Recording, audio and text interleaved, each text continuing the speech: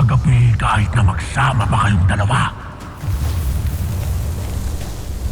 Puro satsat! Matignan niyo pareho ang aking nais. Ang isuko mo sa akin ang brilyante ng apoy Flamara, maging ang kambal-iwan nitong si Labanaya. Kahit maubos ang apoy na nananalitay sa aking dugo, ay hindi ko isusuko ang aking brilyante sa iyo.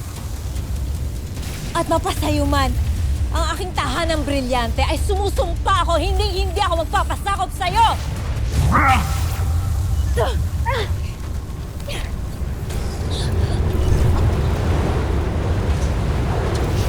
Pakawalan mo sila, Banaya Gargan!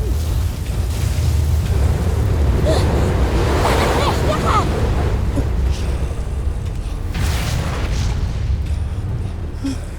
Ano yung nangyayari? Bakit tila kusang lumalapit sa'yo ang aking kamay? Dahil hawak ko ang iyong kamay, Flamara.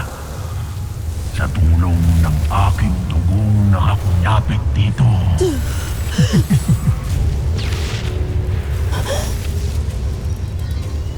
Tigilan mo yung ginagawa, Gargan! Flamara! Labanan mo ang kanyang kapangyarihan! Huwag mo hayaan kunin niya ang brilyante ng apoy! Senda Kwasi!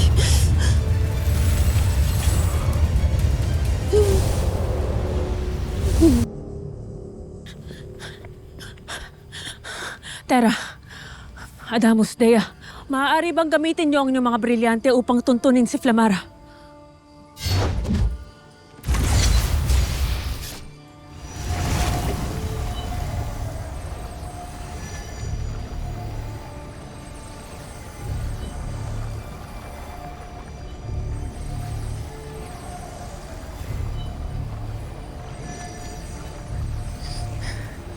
Hindi mahagilap ng aking brilyante ang kinaroroonan ng hininga ni Flamara.